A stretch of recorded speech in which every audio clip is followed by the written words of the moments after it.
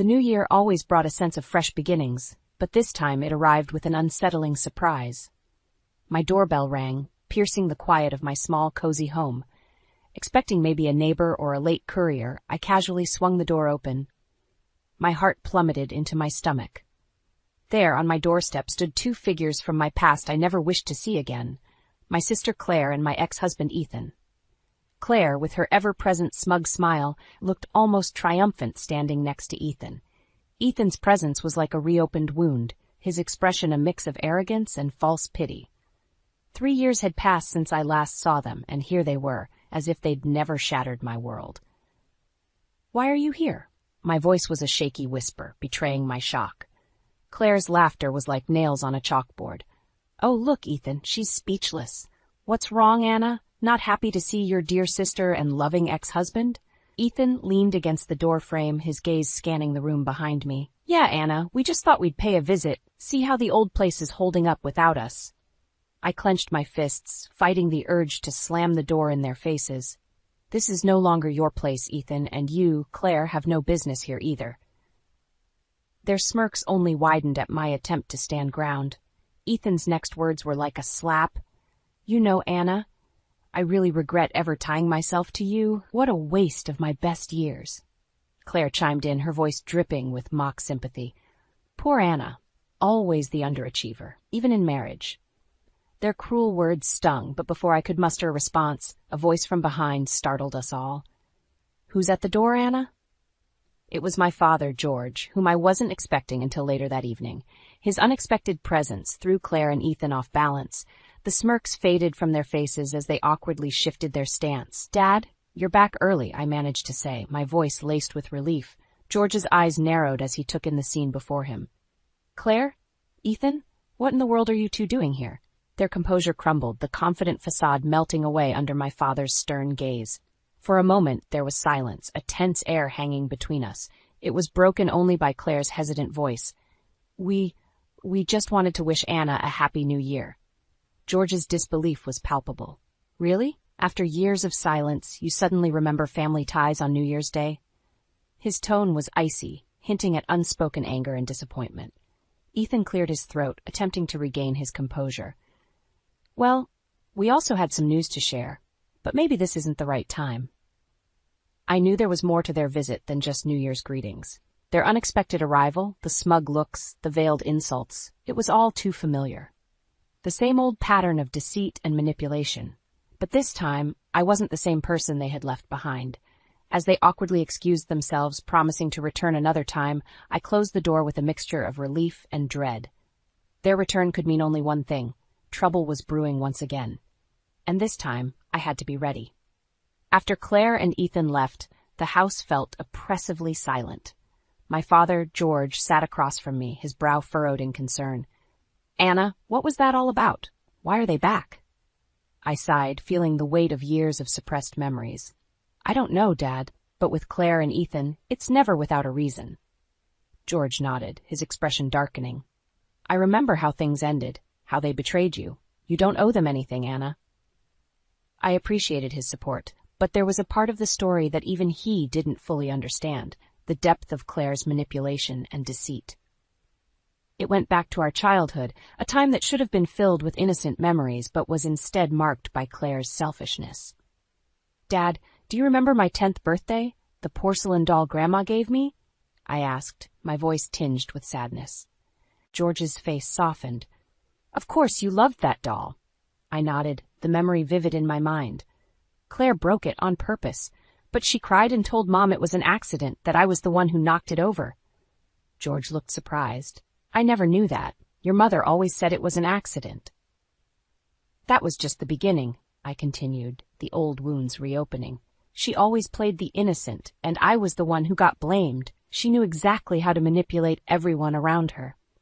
I could see the regret in George's eyes, the realization of what he hadn't seen all those years. "I'm sorry, Anna. I should have seen through it. It's not your fault, Dad. We were all fooled by Claire's act." I paused, taking a deep breath. Even with Ethan, she played us both. They deserve each other. George reached across, taking my hand in a firm, comforting grip. "What matters is that you're free from their toxicity now." Don't let them drag you back into their drama. I nodded, trying to muster a smile. The conversation with my father made it clear that the past wasn't as buried as I had hoped. Claire and Ethan's return wasn't just a simple visit. It was a harbinger of more turmoil to come. That night, sleep eluded me. The memories of Claire's manipulations, the way she had always outshone me in our parents' eyes, the way she'd effortlessly charmed Ethan away from me. It all swirled in my mind. Her return meant she was up to something, and I couldn't help but feel a sense of dread about what was to come. But amidst the turmoil of thoughts, a determined resolve began to form. I wouldn't be the passive victim this time. I would stand up to Claire and Ethan, whatever their game was. This time, I was ready to fight back. In the days following Claire and Ethan's visit, their words and smirks haunted me. I threw myself into work, trying to distract myself, but the past refused to stay buried. The memory of my marriage to Ethan, once filled with love and promise, now felt like a thorny path I had been forced to tread barefoot. It started beautifully. Ethan was charming, attentive, and everything I thought I wanted in a partner. We were happy, or so I believed. But then came the subtle changes, the late nights, the unexplained absences, the evasive answers. I trusted him, ignoring the nagging doubts and the whispers of intuition. Then, one evening, the veil lifted. I returned home early from a business trip, the anticipation of surprising Ethan tingling in my heart. But the surprise was mine. I found Ethan and Claire together, their laughter echoing in our living room, a scene that shattered my world. The confrontation that followed was a blur of tears, accusations, and bitter truths. Claire, with her characteristic lack of remorse, simply shrugged, her words slicing through me. "You were always too busy with your little job, Anna. Ethan needed someone, and I was there. It's not our fault you couldn't keep your husband's interest." Ethan's justification was equally cold. "I thought I loved you, Anna, but Claire, she's different, exciting. You and I were never right for each other." Their betrayal was a double-edged sword, cutting deep into my heart and my trust. The divorce that followed was quick, Ethan and Claire making no secret of their relationship. I was left to pick up the pieces of my broken life, feeling foolish and betrayed. Now, as I sat in my office, the memories gnawing at my mind, anger bubbled inside me. How dare they waltz back into my life after what they did? How dare they think they could just disrupt my peace again? But it was more than anger. It was a burning desire for retribution. I wanted them to feel a fraction of the pain they had caused me. The idea of revenge, once foreign and distasteful, now seemed like the only way to close this painful chapter of my life. I made a decision I would confront them, demand answers. But this time I wouldn't be the blindsided, heartbroken wife. I would be strong, unyielding. They had underestimated me once. They wouldn't make the same mistake again. I picked up my phone and dialed Ethan's number. My voice was steady, my resolve firm. "Ethan, we need to talk. Meet me at the cafe on 5th Street. Tomorrow, noon." His surprised stammer was a small victory, but it was enough. "Sure, Anna, tomorrow then." The call ended, and for the first time in days I felt a sense of control. The game had begun, and this time I was playing to win. The cafe was bustling with the midday crowd when I arrived. I spotted Ethan seated at a corner table, his posture tense. As I approached, his attempt at a casual smile didn't reach his eyes. "Anna, thanks for coming. I wasn't sure you'd want to see me," he started, his voice laced with feigned concern. "I don't," I replied sharply, taking a seat across from him. "But I need answers. Why are you and Claire back in my life?" Ethan shifted uncomfortably. "Look, Anna, things haven't been great for us. After we left, we had some tough times." I felt a bitter satisfaction seeing him uneasy. "Tough times? You expect sympathy from me?" No, of course not," he stammered. "It's just that Claire is pregnant. We thought it's time to mend fences, for the sake of family." His words hit me like a cold wave. Claire, pregnant? A part of me felt a pang of hurt, but it was quickly overshadowed by skepticism. "And you think I would, what, welcome you with open arms?" I asked, my voice laced with disbelief. "It's not just that," Ethan said, avoiding my gaze. "There's the matter of the inheritance, your father's estate." So there it was, the true reason behind their sudden reappearance. It wasn't guilt or a desire for reconciliation. It was greed. "You have some nerve, Ethan. You cheat, you leave, and now you come back for money?" I felt my anger rising, my voice growing louder despite the public setting. People can change, Anna. We've been through a lot. We just want a chance to start over, to be a family, he pleaded. A family built on lies and deceit, I retorted, my heart racing with anger. Just then my phone vibrated. It was a message from Claire. We need to talk. Alone, my place, tonight. I looked up at Ethan, my decision made. Tell Claire I'll see her tonight. But make no mistake, Ethan, this isn't a family reunion. This is me settling the score. Ethan's face fell, a mixture of surprise and concern etching his features. As I stood up to leave, I felt a strange sense of empowerment. For too long, I had been the victim of their selfish actions. But now the tables were turning.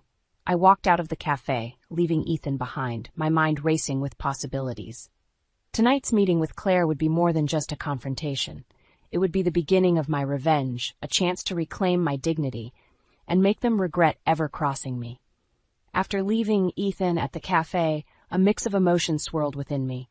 Anger, betrayal, but above all, a newfound determination.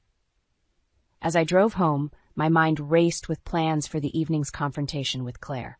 I needed to be prepared, to stand my ground against her manipulative tactics. As the evening approached, I stood in front of my mirror, steeling myself.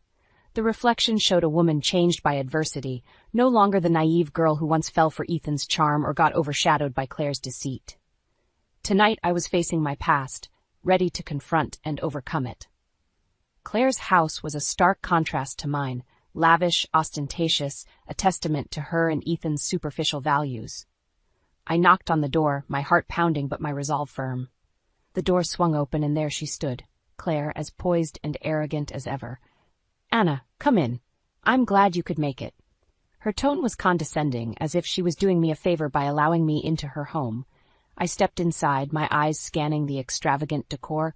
So, Claire, why am I here? What do you want from me? I asked, cutting to the chase.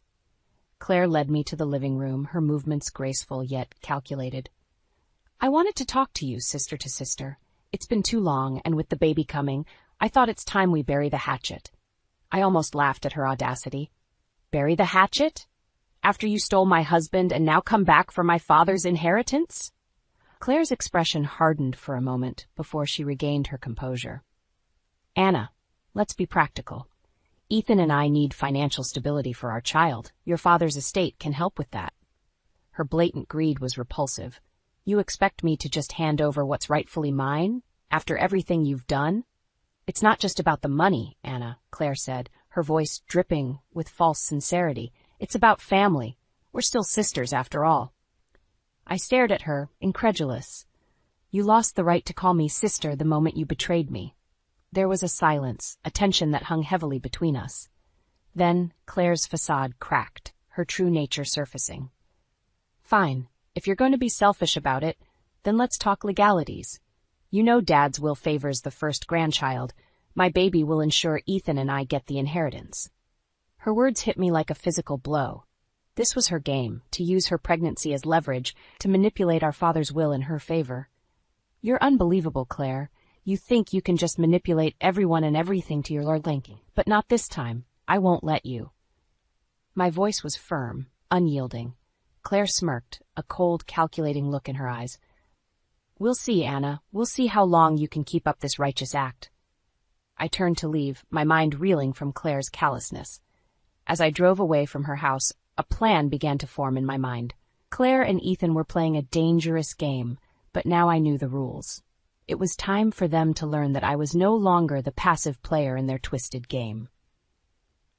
The days following my encounter with Claire were spent in a state of heightened alertness, preparing for the inevitable legal battle over my father's estate. I sought legal counsel, determined to protect what was rightfully mine and my father's legacy from Claire and Ethan's greedy clutches. As I delved deeper into the legal intricacies, a piece of shocking news reached me. Ethan's business, the one he had started with such bravado, had collapsed.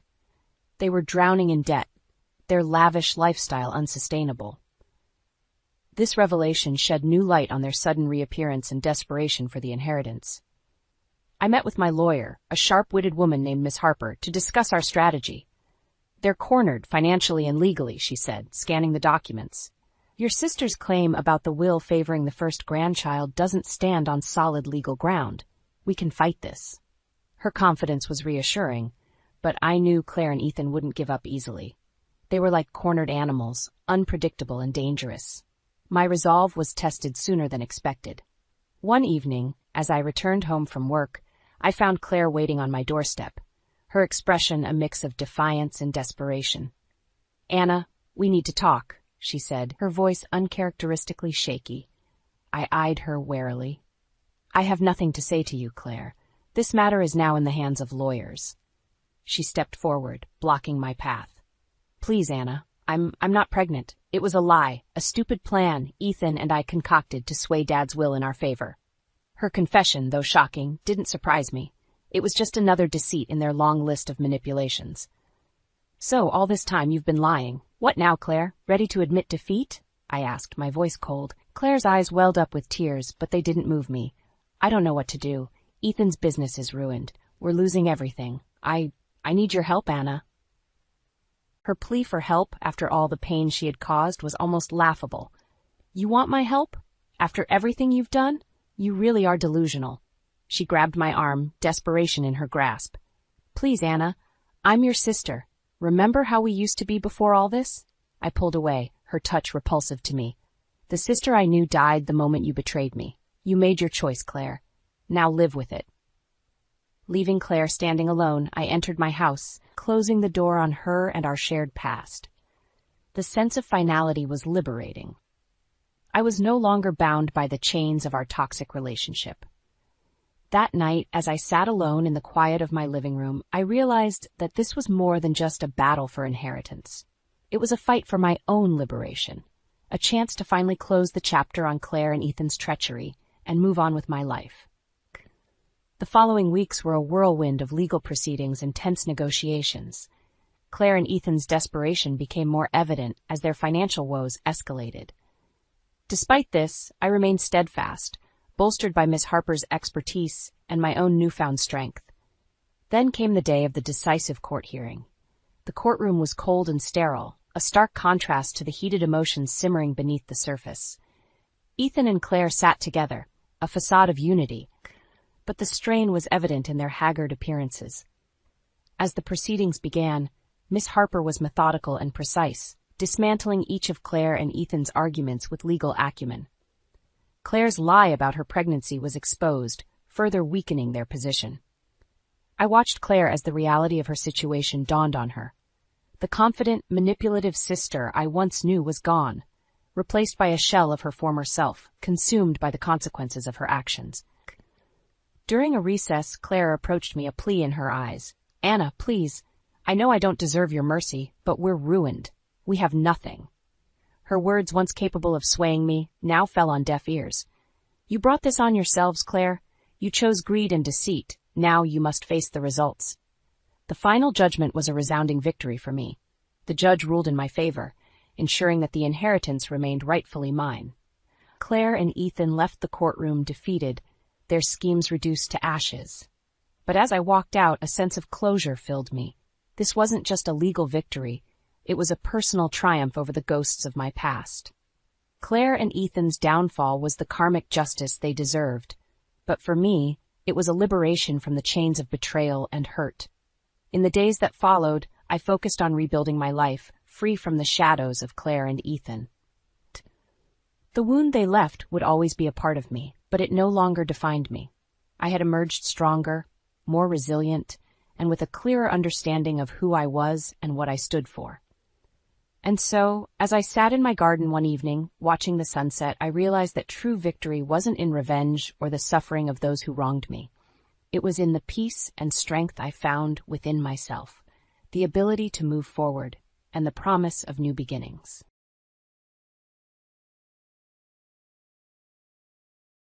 Sophia will recount how I took control of my life and put a stop to my husband Sanders' destructive influence. For privacy reasons, I'll be using pseudonyms. As a prominent lawyer in my state, anonymity is crucial for various reasons. Let's not delve into the intricacies of Ma and Sanders' love story. We fell in love, got married, and eventually divorced. The love, it seemed, wasn't reciprocal, as Sander cheated on me. The signs were apparent: avoidance, excessive time outside, and frequent business trips. Though I wasn't involved in his sizable business, despite my success as a lawyer, Sander considered me a failure due to earning less than him. One day, during another one of his supposed business trips, I decided to investigate. I discovered a secret Facebook account on his old laptop, confirming my suspicions. He was cheating with a beautiful woman, someone he found more attractive than me, often criticizing my appearance. Heartbroken and angered, I confronted him immediately. "Sandra, are you cheating on me?" "I have proof," I declared. Sander callously responded, "Sophia, you're just not that interesting anymore. You're always engrossed in pointless cases, neglecting me. Besides, you're not a supermodel who can captivate me with looks alone." Confused, I retorted, "What are you talking about, Sander? I have a demanding job, and you knew that when we got married. I haven't neglected you. It's you who stopped coming home and refused to communicate, and that's how I discovered Sanders's affair. When I finally decided to confront him, I anticipated a degree of remorse from him, but the cold response I received caught me off guard. He shifted all the blame onto me, justifying his cheating, a claim that held no validity. Refusing to be falsely accused, I pointed out the flaws in his accusations. Instead of defending his position, he turned cold once more and nonchalantly revealed that he was relieved I had discovered his affair. In a chilling tone, Sander declared, "Good that you found out, Sophia. I no longer have to hide my beautiful girlfriend. She and I will have a perfect life together after I divorce your useless self. Finally, I will marry someone who's worthy of me and my name." His words hit me like a ton of bricks, sending a cold shiver down my spine. As he spoke of divorce, he not only insulted me, but also asserted that I was not good enough for him, accusing me of being a bad wife. He showed no remorse for his affair and even boasted about how a mistress would make a better spouse. Tears streamed down my face as he demeaned me, proclaiming his affair with pride. This was the man I had loved for over a decade, and his words left me shattered. Through my tears, I asked, "How could you say that, Sander? All these years I've been beside you through thick and thin, honoring my vows and valuing you above all else." His callous response cut deep, dismissing my worth. "Well, Sophia, it doesn't matter anymore. You're just not right for me. I'm now a proud business owner, and a woman with average looks and a pretentious law degree won't do me any good." Feeling utterly demeaned, I protested, "How could you, Sander? I'm a capable woman, even if I don't fit your narrow definition of beauty. I've been a good wife to you, and now you're contemplating divorce." Correcting me, he stated coldly, "I'm not contemplating divorce, Sophia. I already decided to divorce you. I'm done.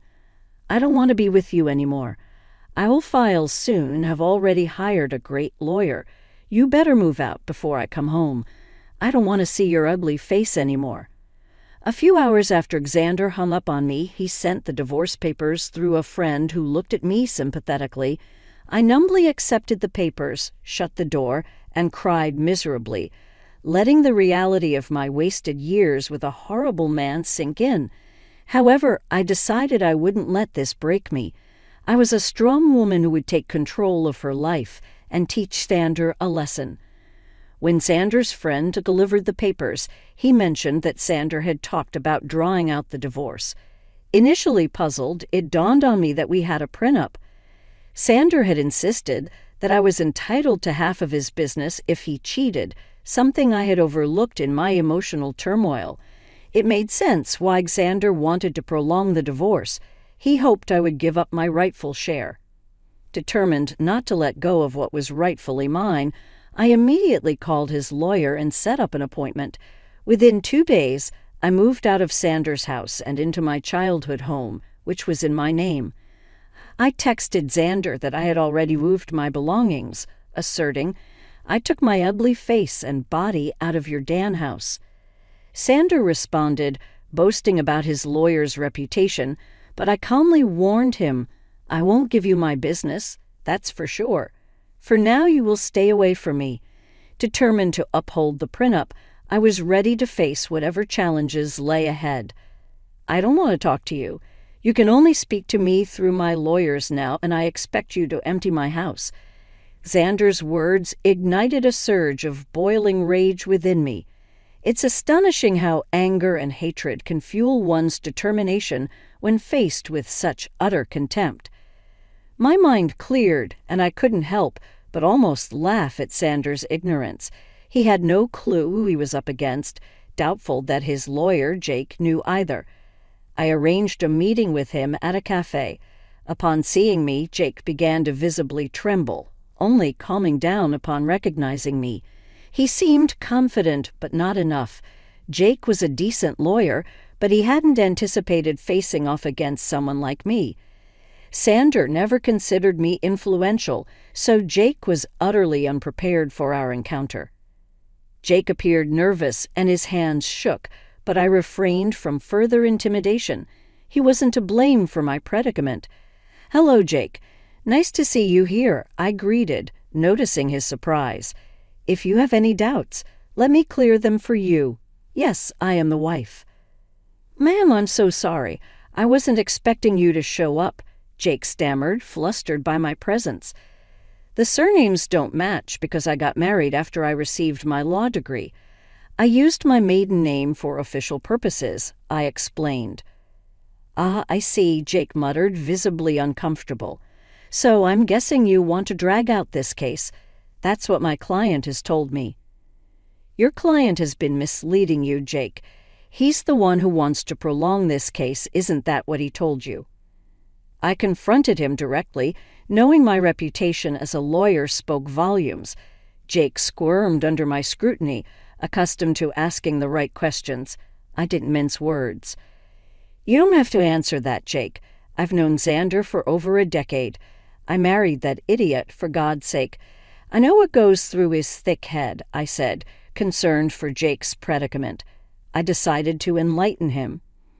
"Since I know you and it's not fair on you, I'll tell you the truth about this divorce," I continued.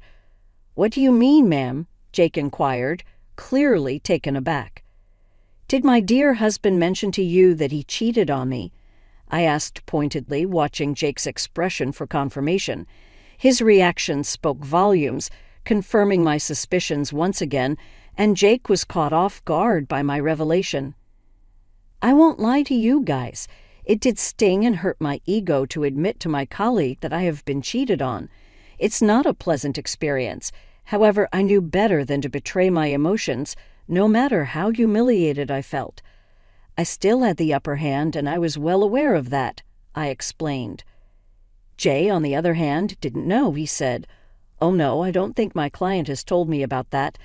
But he did warn me that, in his words, you would make some baseless accusations because you want to ruin him." "Oh, you poor thing, Jake. Your client has played you like a fiddle. Although it might make you happy to know that Xander thinks you are one of the best lawyers out there. Well, that's a big compliment, but I will never measure up to you, ma'am," Jake confessed. I wish he had told me that his wife also practices law. He only told me that you work at a law firm. My husband never really took my accomplishments seriously.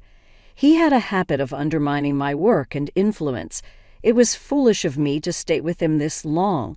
However, it was smart of me to sign the prenup to save my butt, I shared. Jake was completely taken aback by the mention of the word prenup. He looked shocked, and the term seemed foreign to him. I didn't need to be a rocket scientist to know that he had been ambushed again. Xander had conveniently forgotten to mention the prenup to Jake, perhaps hoping I had forgotten about it. Well, who knows? It didn't matter since the word of the prenup was out there, I continued. Jake was frazzled. "There's a prenup in this marriage. Your husband hadn't mentioned that. Do you have any proof, ma'am?" Jake inquired. "Oh, I do have plenty of proof, Jake. I brought the papers along." I had a feeling that Xander would try to get out of dealing with the consequences of his actions. "Well, not on my watch," I assured him. I would really like to see the papers, ma'am. Also, I think I would need to see proof of his affair if you have any, Jake requested. Don't worry, Jake. I brought along everything. Like I said, it isn't me who wants to drag out this divorce.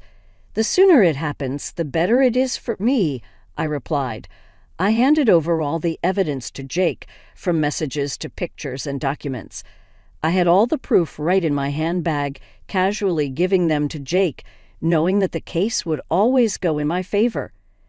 Jake studied each and every document thoroughly before signing and looking rather defeated.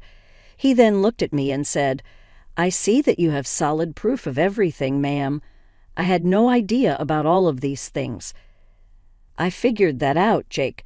Also, I know how difficult it is to work with unreliable clients, especially when the opposite party has an equally strong lawyer for their case. I sympathized. You're right about that, ma'am. I think that's all I needed to talk about today. I believe I need to have a serious conversation with my client before I decide to proceed with his case.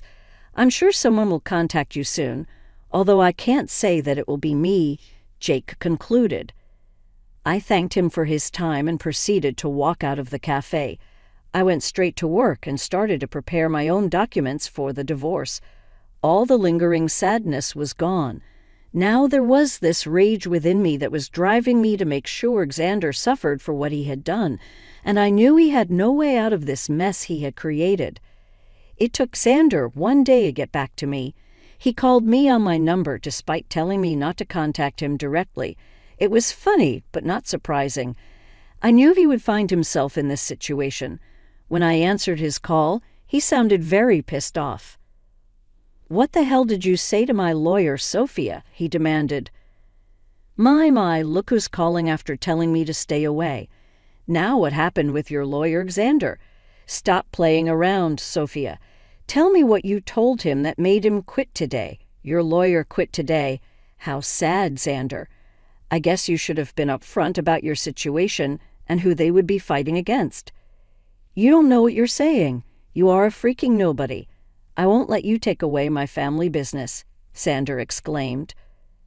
Oh, I would like to see you try, Xander. I will hire a better lawyer and doubt you. Just wait and watch. I will destroy you in court. You will come to me begging for mercy, I retorted. Well, sounds like a plan, Xander. Good luck with that. But a word of advice from a lawyer. Remember to tell your new lawyer about your affair and the prenup, I said. When Sandra simply hung up on me, it made me chuckle. He was in deep trouble, but still didn't know it. He would try every lawyer in town and see if anyone would represent him. I am a known name here, so people know not to mess with me. Plus, anyone stupid enough to believe his lies would be dragged down to reality when I presented them with my ammo. Sanders said that he would make me beg for mercy. I knew that it would be a matter of time before he would come begging at my door. I was right in thinking that Xander would be back begging at my door. He literally had no other choice. One fine morning while I was getting ready for work, there was a knock at my door. I was a little confused about who showed up at such an odd time. Imagine my surprise when I opened the door and found my soon-to-be ex-husband looking forlorn and weary. I invited him in because I didn't want the scene outside my home. I was already dealing with enough. When he came inside, I said, "Make it quick, Xander. I don't have enough time to waste on you. I don't even know why you're here. We were supposed to strictly communicate through lawyers only." "Yeah, about that. I haven't found a good divorce lawyer yet," Xander admitted. "Oh, that's sad for you, Xander. You better hurry up because I hear that your mistress has been dying to marry you. I'm not worried about her anymore," I remarked. "Listen, Sophia, we need to talk. You have been sabotaging my lawyer so that they wouldn't take my case. That is very unfair," Xander accused. I immediately laughed when he said that. I couldn't believe that Xander would have the audacity to pin the entire blame on me. This once again showed how little he valued my profession. He thought that just because he was willing to throw money, people would pull at his feet. "Oh dear, that's an amazing joke, Xander. Let me just clear that misconception for you. I haven't been sabotaging anything. It's your stupidity that's causing trouble, I explained.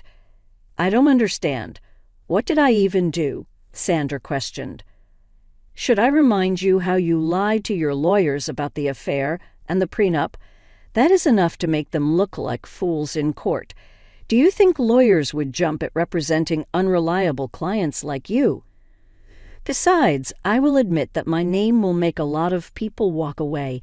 You may consider me to be useless, but I actually do have a good name in this profession, I clarified. Yes, I know that now, Sophia. I've tried being open with lawyers too, but none of them are willing to help me, Xander admitted. That's what happens when you try to go against an ironclad prenup. You really should have thought your affair through, Xander. Not that it matters now. The damage is done. No sane lawyer would fight for your cause, I stated. You'll be giving me half of your business, I added. Xander's facial expression said it all. He didn't want to lose his business. I mean, that's why he tried to pick a good lawyer and drag out the divorce. He wanted to keep me hanging long enough until I would snap and just leave him alone without demanding half of his company. After a few days, it became clear to him that no one would take his side. Hell, he was even finding it hard to find any lawyer who would go against me. So he did what he thought was his last resort. He started to cry and beg. Sophia, you know how much this business means to me. Please don't do this. You can take everything else, but please don't ask to split the business. Why not, Xander? You are the one who put in the clause of splitting the business in case you cheated. You think I will give up my rights that easily?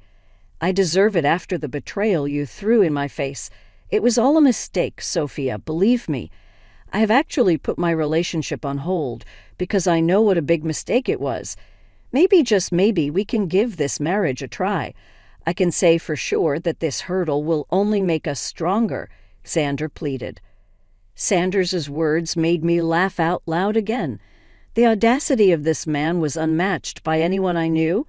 I really didn't know what to say. He was actually asking to get back together, as if I would be stupid enough to do that. I did know that he had put a pause on his relationship with his mistress. The rumors were out that the mistress was not happy and neither was Xander. But if he thinks this will make me go back to him, he is dead wrong. You must be delusional for suggesting something like that, Xander. I didn't come this far in life by being utterly stupid. I know that you want to get back to me because you don't want to split your business. Sophia, we were happy together. Let's just look past this one time and restart our marriage. I will cut off my mistress, I swear, Xander continued. There's no reason to do that, Xander. Believe me, that woman is going to start running once she finds out that you won't be very rich after the divorce. As for me, this is my golden chance to get out of this sham of a marriage. I must thank you for showing your true colors before we had kids. Now you will reap what you have sown. With that, I was pretty much done with my piece. I immediately stopped talking while Xander kept begging and pleading with me not to take his business.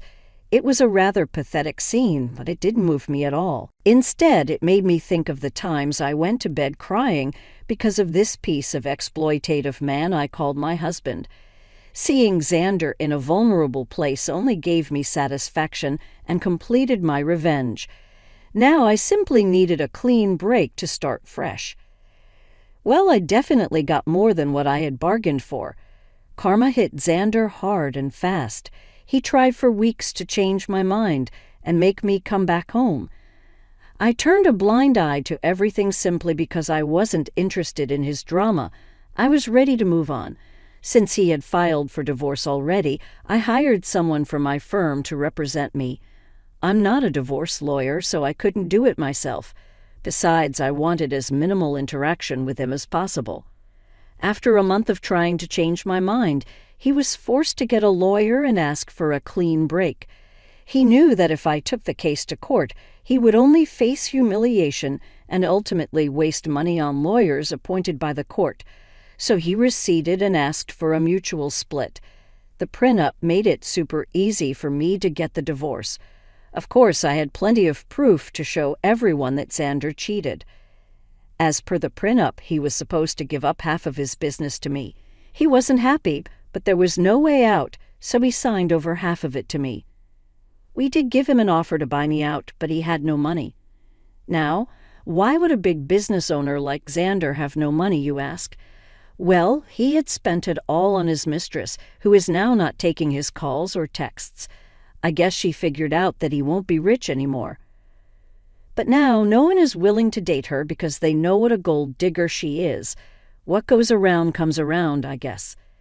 Well, the mistress was the least of Xander's troubles. With half of his business gone, his earnings were severely reduced. He had to sell his house because he didn't have much money to maintain it or even pay the mortgage properly. He's currently renting a condo, which is a serious downgrade from the big mansion he stayed at. He did try to get back with me again in the hopes of regaining full control of his business. Well, safe to say that is never happening. He now either has to continue the way it is or manage to save enough money to buy me out. If you want to know about me, I'm actually doing pretty well. I have appointed someone to take care of my share of Xander's business, and so far things have been amazing. I ended up upgrading my lifestyle by buying a new mansion due to my combined income from law practice and business. Things are going well. I'm living my best life, and I honestly couldn't be happier. All in all, the divorce played out well for me. Instead of getting played by my ex-husband and his mistress, I ended up ruining their lives and bettering mine.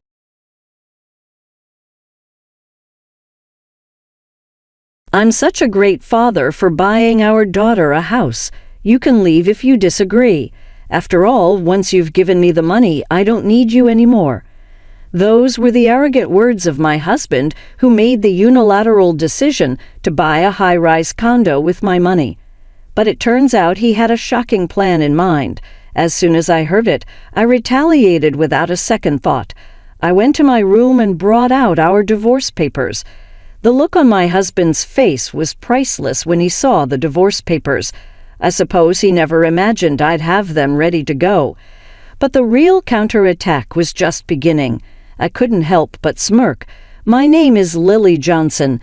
I'm a 50-year-old office worker who has loved the Japanese language since my student days. I can carry on a casual conversation in Japanese without any issues. When I was 23, I married for the first time. Unfortunately, my husband left this world just 6 months after our wedding. The cause was a traffic accident. He was hit by a drunk driver.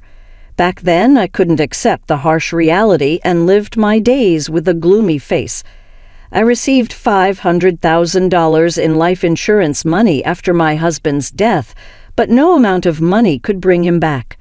During the darkest times of my life, I was comforted by a man named Ethan Johnson. He was a co-worker at my company who would listen to my story for hours on end. Over time, I found myself falling for him, and we married when I was 25. I never forgot about my first husband. I still vividly remember the times we shared, and I decided to keep the life insurance money untouched for emergencies. A year after marrying Ethan, we had a daughter, Mia. Mia is now an illustrator living on her own. One might think I'd have a peaceful life with my husband, but that's not the case. Our relationship started to deteriorate when Mia was in her junior year of high school because we couldn't agree on Mia's education. From the time Mia was born, Ethan had mapped out her future on his own. He repeatedly expressed his wish for Mia to attend a prestigious university, believing it would open up more opportunities for her future. He even enrolled her in tutoring services since elementary school. Ethan never pushed Mia too hard to study, so I didn't oppose. But Mia loved drawing more than studying, and even as an amateur, I could tell she was incredibly talented. I had a hunch she might make a career out of it someday. That hunch turned out to be right when Mia announced during her junior year of high school, "I want to be an illustrator in the future, so I want to go to an art school for university." I wanted Mia to pursue what she loved, so I agreed, but Ethan was vehemently opposed. Go to a prestigious university like Harvard. After graduation, I worked for a big corporation. It's more secure and you'll be happier, he yelled, completely dismissing Mia's dream. Even when Mia suggested I could start by working for a company, Ethan wouldn't hear it. An illustrator. You're just playing around drawing pictures. I didn't invest all this money in you for you to have such a frivolous career, he said harshly. I found myself stepping in. There's no need to speak like that. It's Mia's life. Let her try, I said. But that only made Ethan angrier. Mia is my daughter. It's a child's job to fulfill their parents' dreams, and if she lives as I say, she's guaranteed to be happy, he spouted such nonsense. There's no guarantee that attending a renowned university or landing a job at a big corporation equals a happy life. It was shocking to realize Ethan held such a distorted belief. I had hoped he would eventually come to understand and support Mia's decision, but that was wishful thinking. Despite our attempts to persuade him, our efforts were in vain. A deep rift formed between us. While I took on all the financial responsibility for Mia's education and living expenses, he seemed dissatisfied. I remembered his constant complaining and snide remarks. Despite all this, Mia was admitted to her first-choice art university and worked hard on her art studies. She landed a job as an illustrator at a certain company and started living on her own. Though there were tough times like working through the night and on holidays, she's doing well. However, my husband still refuses to accept Mia's job. He constantly complains, saying we wasted money on tutoring services. It's embarrassing to have such a failure as a daughter, he says. I thought his views would change once he saw Mia standing on her own, but there's not even a trace of that. He's also been harsh towards me, presiding with Mia. He yells about the food tasting bad or the cleaning not being done almost every day, despite not being able to do any housework himself and leaving it all to me. At this point, I realized that this was his true nature. He seems to be the type of person who can't stand when things don't go his way. Being at home was painful for me, and the company became my place of comfort. We work at the same company, but in different departments, so we can avoid each other. Around this time, I received a certain offer. Hearing it, I made a big decision. One day, my husband suddenly said something unexpected. I've decided to buy Mia a brand new high-rise condominium. Mia is still my precious daughter, after all. I want her to live somewhere nice. I've already started the paperwork with a real estate agent. Despite his contempt for Mia, this sudden turn of events aroused suspicion. Moreover, I wondered if he had the money to buy a new high-rise condominium. Seeing my reaction, he smirked. Don't worry, you're the one paying for the high-rise condominium. What? Hold on a second. You can't just decide something like that without discussing it, I retorted. Ethan just scoffed. I know you've got $500,000 from your previous husband's life insurance, right? You can buy it with that. With your money, I'm going to live in a high-rise condominium with Mia. I've had to put up with her, so I'm planning to make full use of her. You and Mia are ultimately my property, so just obey me. A surge of anger rose within me. He had decided to buy the high-rise condominium despite me and Mia. I couldn't comprehend his way of thinking. Incredibly, he carelessly revealed his scheme and intention. Besides, there was no way I was going to let my important life insurance money be used for such a thing. I am truly a good father, buying a house for my daughter. If you oppose, it's divorce. Just give me the money and I'm done with you. The moment I heard that, I struck back without mercy. I went to my room and brought out divorce papers. Fine, here, divorce papers. When I showed him the divorce papers, he was stunned. He must not have expected me to have them. But the real retaliation starts here, I smirked, facing my bewildered husband. I explained what I had been considering for some time now. I can't trust a man who discriminates against his own daughter like that. I'm tired of living a life where I'm constantly criticized by you. I have decided a while ago to divorce you. I was just waiting for the right time to bring it up, and then you said you wanted a divorce. It worked out just fine. He must have intended the divorce talk to be a threat. Completely flustered, he stammered, you see." Ignoring him, I filled in the divorce papers. "Come on, you write it down too. You want to be free from me too, don't you?" When I urged him, he reacted in rage. "What do you mean, divorce? It was just a joke. What are you thinking about bringing out divorce papers?" Hearing that, my anger reached its peak. "I don't understand you either. I don't understand why you would buy a high-rise condominium just because of your family. If you say we can't divorce, I'm willing to consult a lawyer." Then, begrudgingly, he filled in the divorce papers, but he was furious, saying, "Remember this. It seemed like he would retaliate in some form if I stayed in the house." I immediately left the house and submitted the divorce papers to the office. Then, when I reported everything to Mia by phone, she was also as angry as I was at my husband's outrageous behavior. "That's terrible. You're right to divorce him. You can stay in my condo for a while," she said. So I decided to take her up on her offer. That night, Mia and I discussed and planned to retaliate against my husband. Then, about a week later, on a day off, Mia and I visited the house where my husband, or rather ex-husband, lives. Even though it had only been a week since we left, the house felt like someone else's. When we rang the doorbell, he came out immediately. "What do you two want? Did you come to apologize for what happened?" My ex-husband looked down on Mia and me with a condescending gaze. I was quite irritated, but I swallowed my anger and spoke in a slightly weak voice. "That's right. I came to apologize because I thought I had done something wrong. I'm sorry, Dad." Mia also made a remorseful face, quite an actress. However, the ex-husband didn't realize it was a performance and seemed genuinely pleased, saying, I see. So you've decided to reflect on your actions. I'm happy." However, he seemed curious about the bags we were carrying. "What are you doing with all those bags?" We were carrying bags that were filled to the brim in both hands.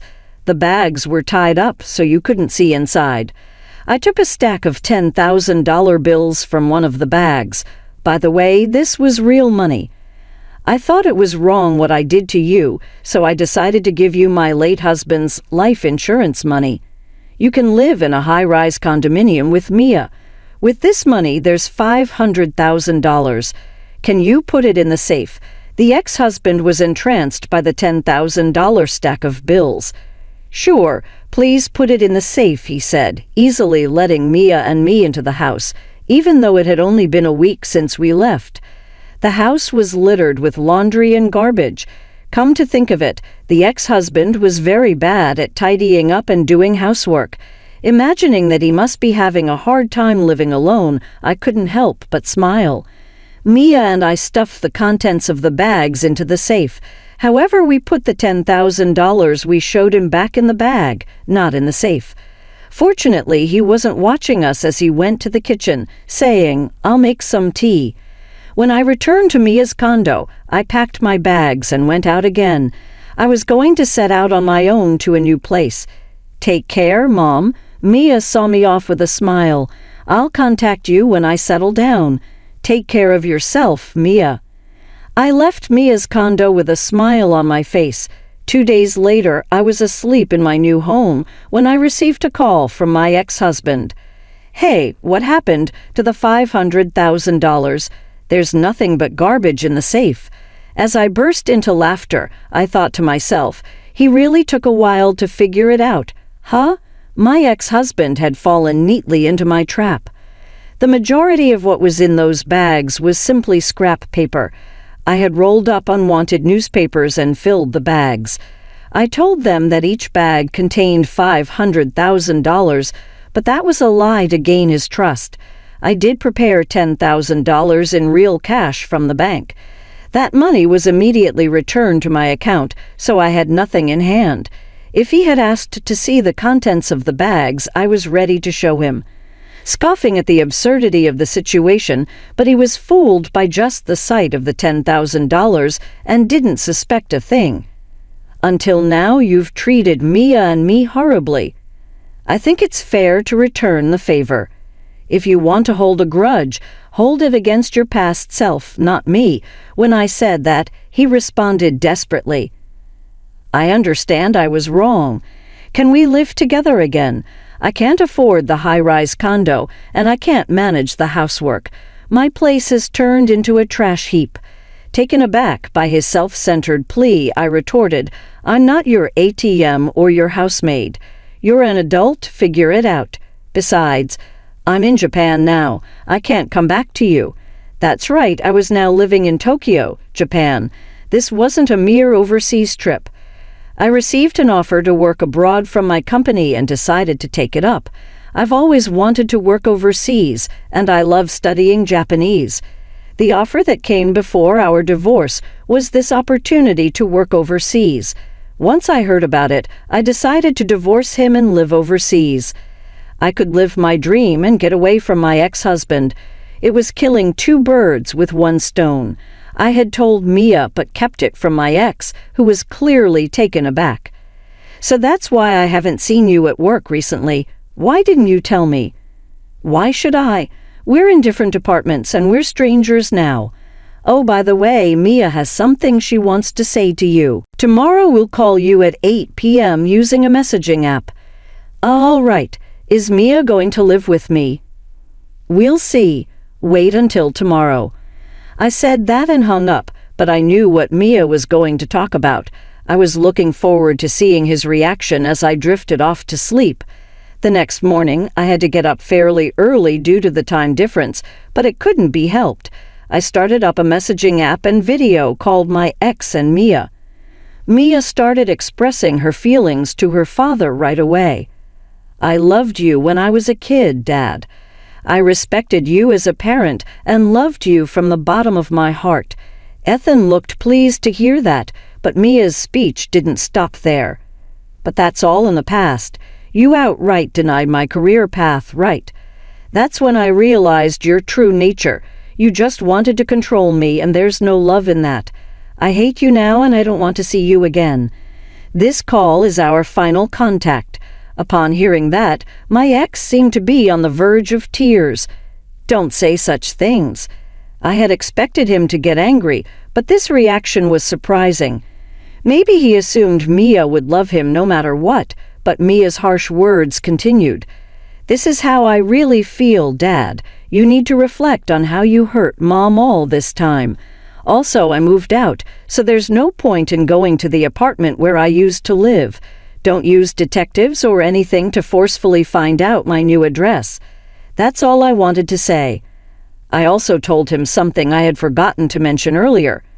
I've explained the circumstances of our divorce to our workplace, relatives, and your parents. I don't think relying on them will do you any good. Well, goodbye. Once Mia ended the video call, I also ended mine. My ex-husband was pleading, I'm sorry. It's all my fault. I apologize, so please give me another chance. But I didn't care about that anymore. Later, when Mia and I talked, she said, I feel so much better now that I've said what I wanted to. I felt relieved after seeing my ex-husband in distress too. Apparently, it became uncomfortable for my ex-husband at his workplace. Though he resigned, he was disowned by relatives and his own parents. He couldn't buy the high-rise condominium and had to cancel. Moreover, he caused a scene at Mia's workplace, trying to call her out at the reception desk. He was immediately locked out and banned from the premises. My ex-husband, who kept repeating his selfish behavior, ended up losing everything instead of gaining anything. He seems to have lost all his energy and is now living as a recluse at home. A colleague wanted to ask him something about the handover of work and tried to contact him, but he didn't answer. The colleague went to his house reluctantly, where he found my ex-husband looking lifeless with a thick beard. He looked like a ghost, and a bad smell was coming from the room. According to the colleague, his house is probably in a state of a garbage dump. Looking at my ex-husband living such an unfortunate life, I couldn't help but think he got what he deserved. On the other hand, I am enjoying my job overseas. I do hit cultural barriers being surrounded by foreigners, but I overcome them by carefully communicating. I can use my proficiency in Japanese, and I'm really glad I transferred overseas. Mia is working hard as an illustrator, and it seems like she's been given some big projects recently. I have a lot of meaningful work, and it's fun, she said over the phone. It's a joy for me as a parent to see my daughter doing what she loves despite all the hurdles. Both Mia and I are starting to shine in our lives.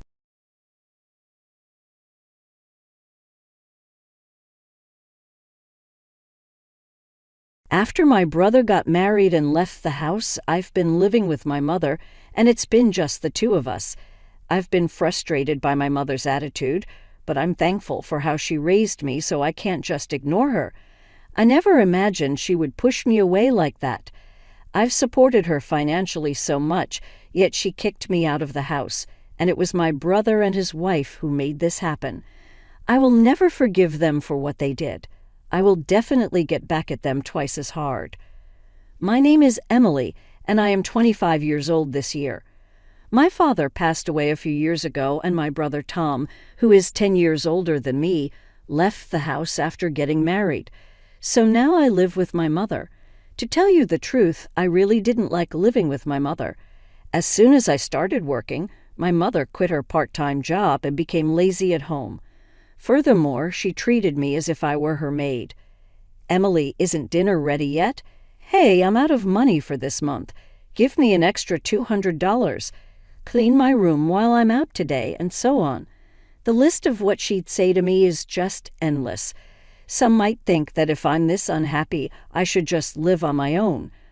Of course, I've thought of leaving the house many times, but she's my real mother. After my father passed away, she raised me on her own. Tom moved far away after he got married, and his wife, Catherine, insists she absolutely doesn't want to live with my mother, so I can't really rely on him. Considering the situation, I, as her daughter, never thought of abandoning her. However, I am also a human being. It doesn't matter if she's my real mother. I can't tolerate everything, and there's a limit. Just today, I unintentionally raised my voice at her. Hey, Mom, some money from my wallet is missing.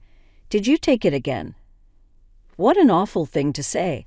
I just wanted some clothes, so I borrowed it for a while. Borrowed? You've never once paid me back for the money I've lent you. Please stop taking them without my permission. Do you even realize who you have to thank for being able to grow up like this? It's all thanks to me. You're so annoying. I know I owe you, Mom, but see, this is just a way of repaying me the favor. Now that you're independent, it's only natural to take care of me. Don't complain over borrowing just a few $100s. This happens every single time. Whenever I say something to my mother, she replies, I'm the one who raised you, or do you realize who you have to thank for growing up? And I'm just left speechless. I understand my mother worked hard to raise me, which is why I can't really argue back. To be frank, I got a decent salary and I'm not short on money. Even if I gave my mother $2,000 every month, it wouldn't really affect my lifestyle. However, I always felt that I shouldn't let my mother do whatever she wants forever. Then, one day after I finished work and returned home, for some reason, Tom and Catherine were there. The last time I saw them was at my father's funeral, and we haven't been in touch since then. Hey, Emily, it's been a while. You still have that gloomy aura around you, huh? Seems like my brother's insensitivity hasn't changed ever since we were kids. He always looked down on me and made fun of me. Why are you here, Tom? Why do I need a reason to visit my parents' house? We tore down our family home when Dad passed away. I'm the one who's renting this apartment, you know. Don't be so stingy. Our family is finally together after so long. As we were having this conversation, Catherine chimed in, Emily, you're as uptight as ever.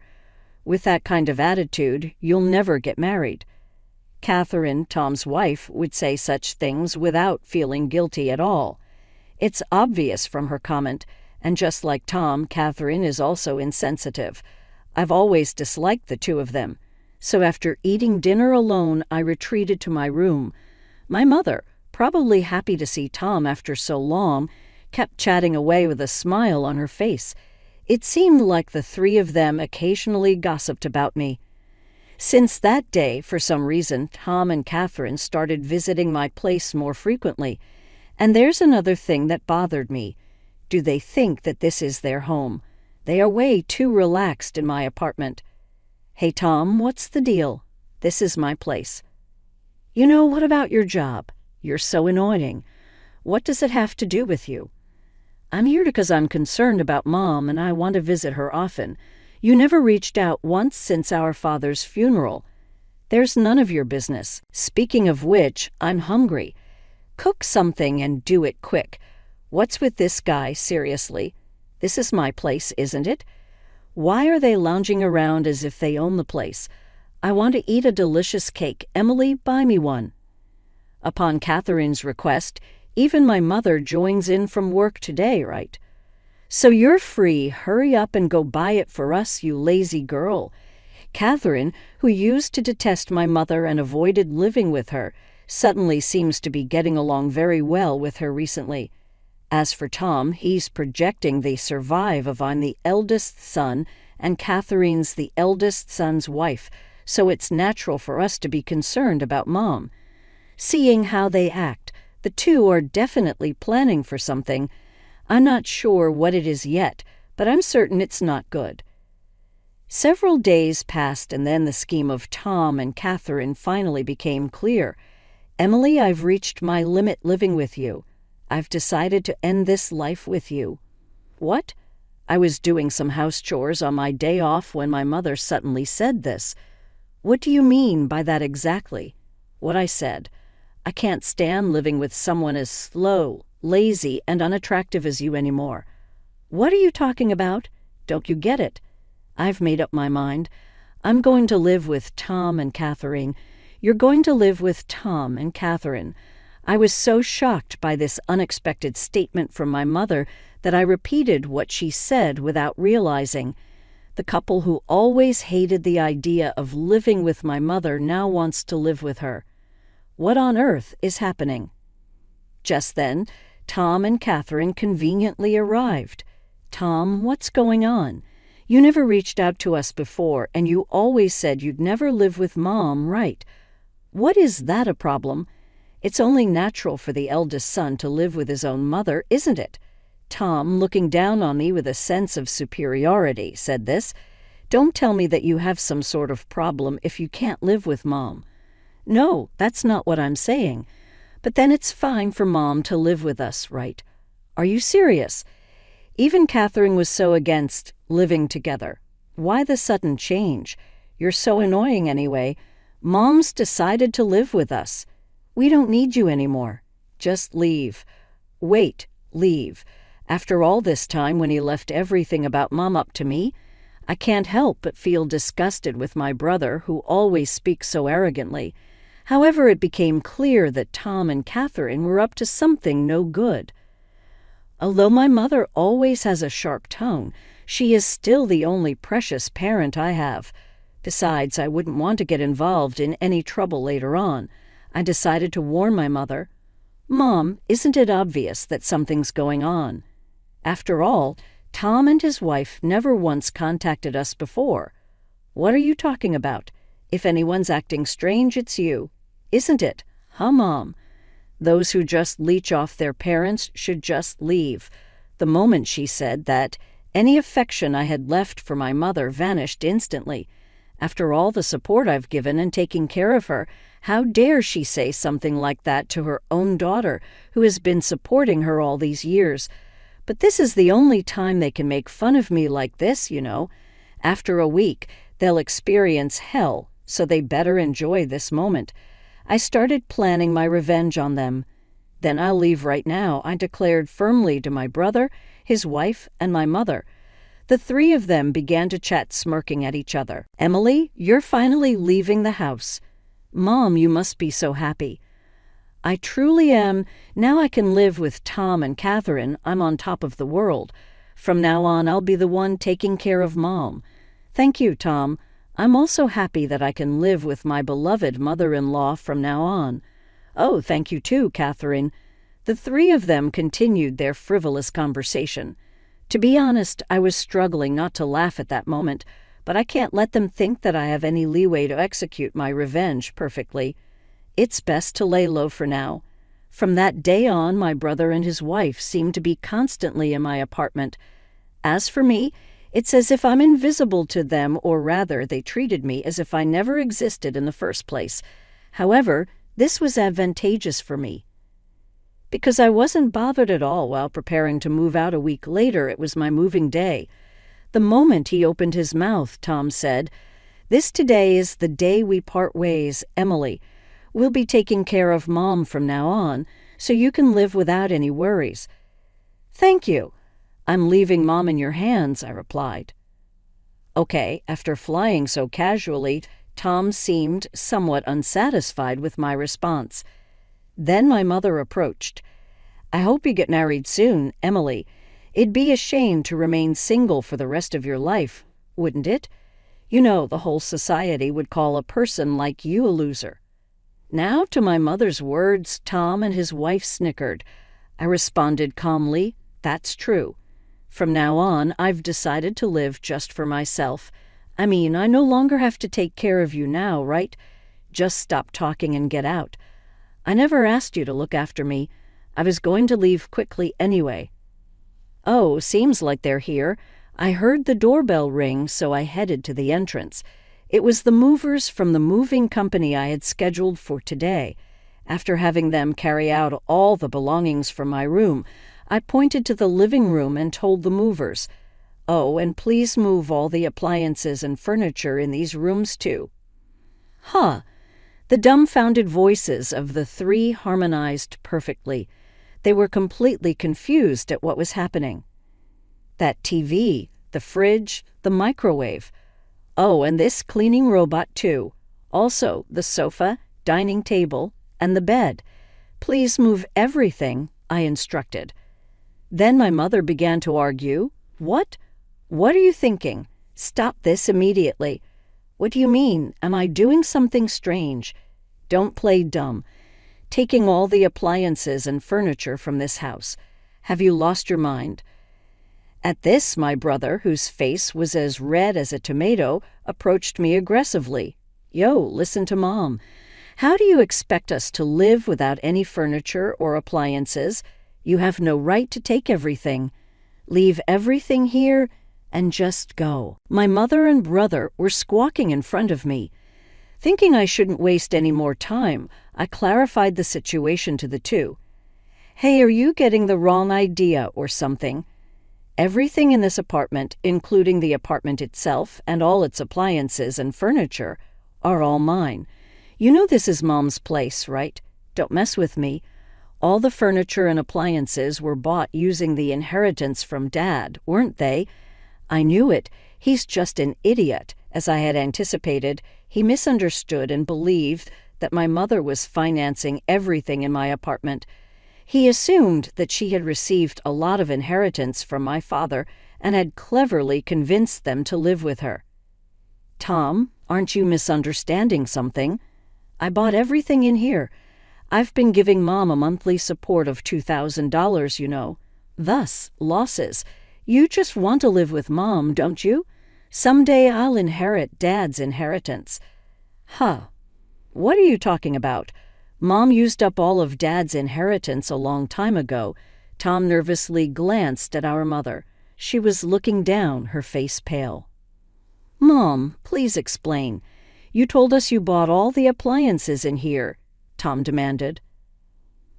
"Well, I was just trying to look good," my mother replied. "Huh? What do you mean by that?" Tom was bewildered. "We only moved in with you because we thought there was an inheritance from Dad.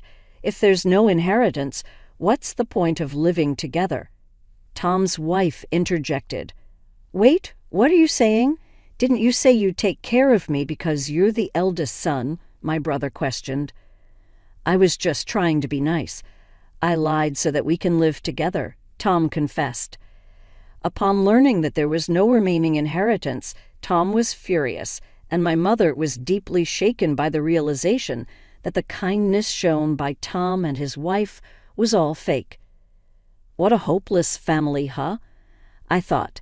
My mother should have suspected something when Tom and his wife, who hadn't been in touch for a while, suddenly proposed living together. If Tom had been in touch, he would have known sooner that there was no inheritance left from Dad. As I gave the two cold looks, Tom's wife seemed to have an idea and spoke up. "I've got it. It would be great if Emily could live with us again," she suggested. To this, my mother and Tom both agreed. "That's right, Emily. You should live with us after all," they chimed in. "Yes, Emily, I really do need you," Tom added. Seeing the drastic change in their attitude as they began speaking for their own convenience, I quickly dismissed them right away. "What are you even saying? Don't make me laugh. There's no way I'd live with trashy people like you all. I've decided to live only for myself from now on. Whatever happens to you all, I couldn't care less. But why don't you all just happily ruin your lives together?" The three of them, completely drained of energy, sat down on the spot as if their knees gave away. All three of them had empty eyes. "Goodbye. Do your best as a family," I said, and closed the front door. In just another 2 weeks, the lease for the apartment would end because it's under my name. They'll probably be forced out to leave when the lease is up. Well, it's none of my business anymore. About a week after I successfully moved, as expected, I received a call from my mother asking for help. "Emily, please, I can't live properly like this. Come back." "There's no way I'm coming back. Why don't you have that idiotic couple take care of you?" "Actually, it seems they quit their work and moved here thinking I still had your father's inheritance," my mother revealed. They really are terrible people, aren't they? I don't even feel like helping out at all. I don't need a couple who only thinks about money anymore. All I have is you, Emily. "Mom, I'm busy. Can I hang up now, please?" "Emily, help me." I hung up the call before she could finish and blocked her number. I no longer feel the urge to help my mother, especially not now. Rumor has it that my mother and Tom's family got evicted from the apartment after that incident. They ended up spending all of Tom's savings to move into a shabby apartment. Apparently, my mother doesn't work, and she argues with Catherine almost every day. Tom is the only one who has a job, working from dawn till dusk, just to make ends meet. As for me, after distancing myself from my mother, I've been able to save more money and use it for my own needs. After all these sacrifices I've made in the past, I want to lead a life that makes me happy from now on.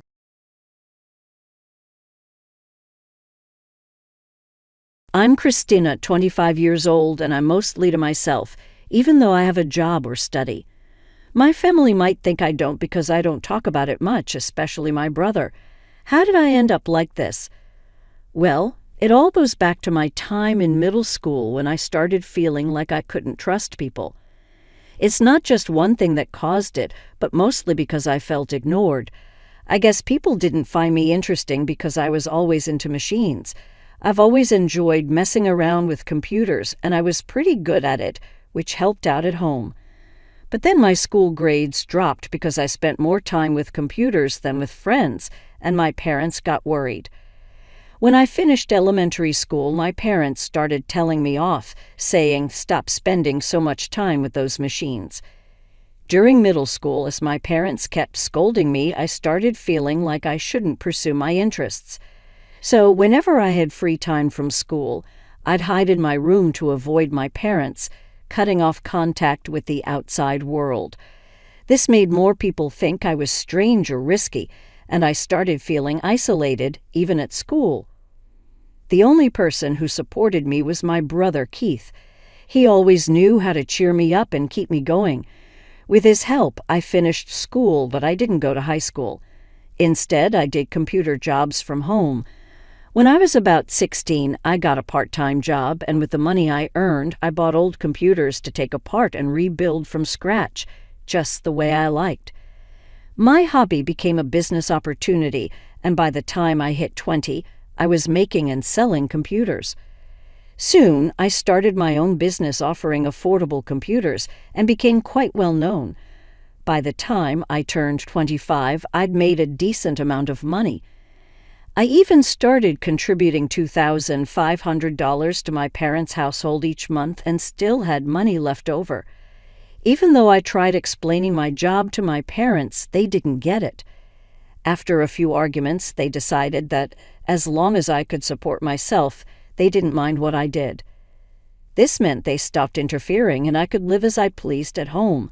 But my brother still didn't think much of me. My brother used to be my ally, the one who understood me best. When I was in school, he was really kind. But maybe he got tired of his sister, who was still at her parents' house tinkering with machines, even after turning 20. Over time, he started treating me harshly whenever he saw me. Since I didn't keep quiet about it, we ended up having more conflicts, and now we're not on good terms. Things got even worse after my brother got married. His wife, who he'd known since high school, never really liked me. After hearing about me from my brother, she didn't want to be my sister-in-law and seemed to influence my brother against me.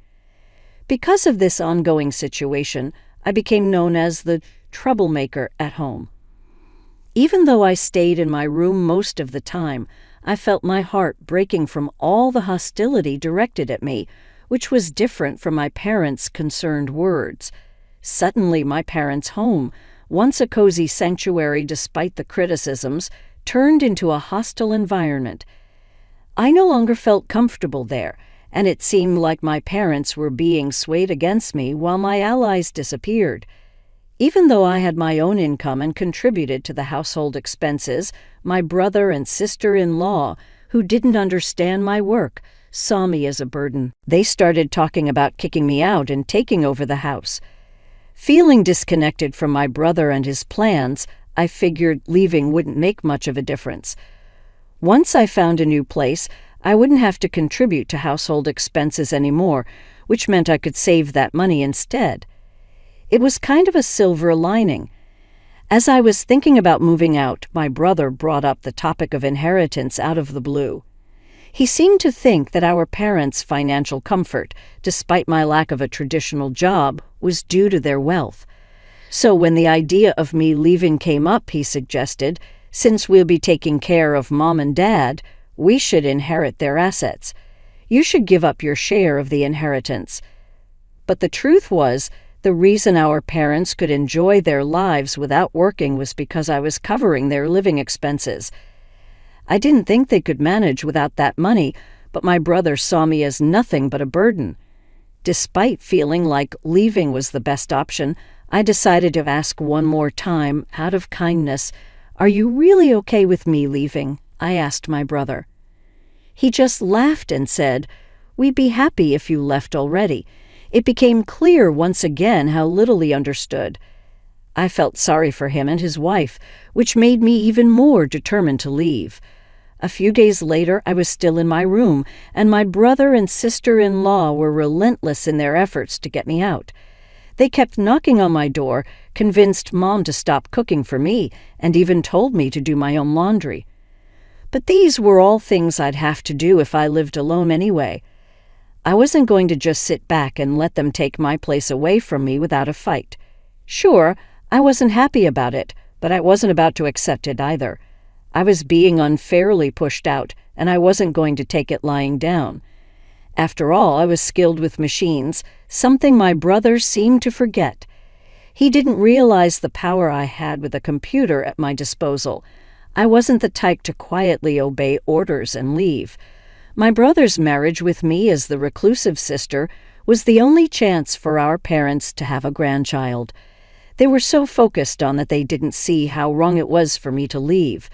So I decided to set up a little surprise for them, a trap that would spring into action as soon as I left the house. After finding a new place to live and completing all the necessary procedures, I was ready to leave my family home. Just before I departed, I left a farewell message for my parents and brother. "I've been supporting the family, and you've forgotten all the good I've done. I hope you realize who the real burden on our family wealth is. My parents seemed surprised for a moment, but they probably trusted that my brother would figure things out somehow. They all brushed off my words as bitterness. I knew they didn't take me seriously, but for now, I believed it was best to leave things this way. So I left the house. I took a significant amount of equipment from my family home and bought additional items, along with necessary furniture and appliances, for my new place. I set up my new place just the way I wanted it, decorating it with my favorite style and creating a cozy atmosphere. It turned out to be a perfect environment for me to work in, and surprisingly, living alone wasn't as intimidating as I thought it would be. In fact, I wished I had made the move sooner. The people in the neighborhood were friendly and life was comfortable. Since leaving my family home and taking care of everything on my own, I've been enjoying myself, trying out new experiences. While I was reveling in my newfound independence, I wondered how things were going back at my family home, especially since they lost my financial support. Then, out of the blue, my mother called. "Hey, Christina, did you do something to our machines?" she asked. "What do you mean?" I replied. "There's something wrong with the computers and electronics," she said. "I have no idea about that," I said, puzzled. "I used to help out for free because we're family, but since you treated me poorly and kicked me out, even though you're my parents, you'll have to pay the regular price," I explained. "What? That's pretty greedy. We're your parents. Can't you give us a discount?" they responded. "Well, I prefer giving discounts to my friends. Unlike you, they treat me well," I countered. "Fine, you're so cheap," they grumbled internally. I sighed with relief that another trap hadn't been triggered and dealt with the situation calmly. But my mother didn't seem to appreciate my response. She abruptly hung up, behaving like a sulking child, and even sent a spiteful email implying that people lose friends. It made me question who was acting like the mature one. Frankly, it seemed self-centered, if not downright selfish. As for what I did to the family computer, I simply restored all the adjustments I had previously made for free back to their original settings. To someone unfamiliar, it might seem like the computer malfunctioned on its own. When I suggested they contact the company for repairs as an individual, they got upset. But I expected as much, so I let it go. 6 months after leaving home and settling into my new life, my father called me. "I hate to ask, but can you lend me some money?" he said. "What do you mean, lend you money?" I responded. "Your brother and his wife have been spending recklessly. They think we're rich and they keep complaining, asking for money to buy this or go there," he explained. "I have no idea about any of this. Why you always come to me with everything? I've heard of daughters who live alone sending money home, but parents asking their children for money? Shouldn't it be the other way around out of generosity?"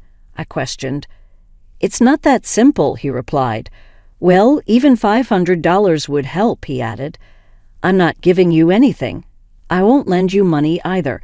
I have no intention of financially supporting you anymore," I firmly stated. "Of course, I'll work on your machines if you pay for my services," I replied calmly. "You've really become stingy," they retorted. "I guess Mom was right about you," they went on, complaining about my unemployed years. But I didn't let it bother me. I just ended the call. My father didn't send any emails, but he started calling me multiple times a day, which I found annoying. What troublesome parents I have, I thought to myself. A few days later, my brother, sounding desperate, called me. When I asked why they kept contacting me, he asked, "Do you know why our family was wealthy?"